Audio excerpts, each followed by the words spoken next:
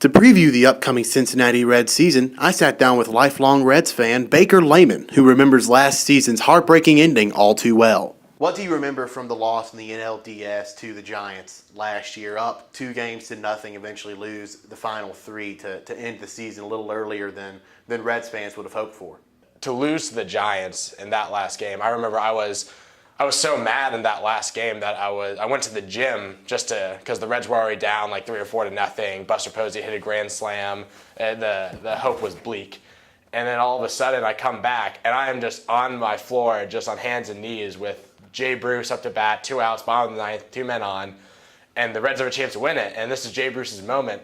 And I'm just on my knees crying, and it's a 15, 20 pitch at bat. I am on my hands and knees in my room, just crying, begging, praying, and eventually he strikes out, and then Scott Rowland flies out too. And it was heartbreaking for one of the best Reds teams I've seen in my lifetime.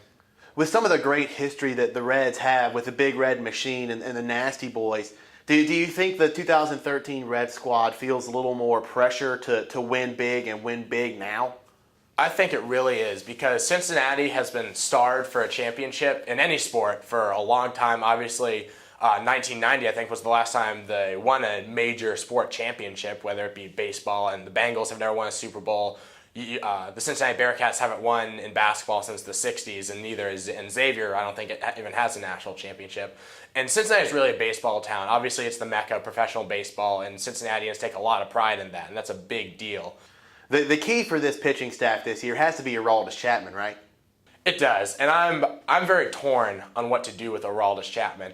He could be David Price and be a Cy Young award-winning lead pitcher, and him and Johnny Cueto could be a great duo for years and years to come.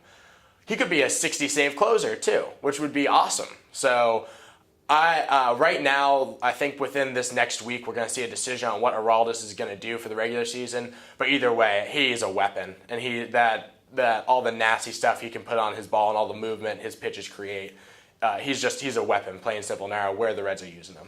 With TCF 333 Sports, I'm Brett Hudson.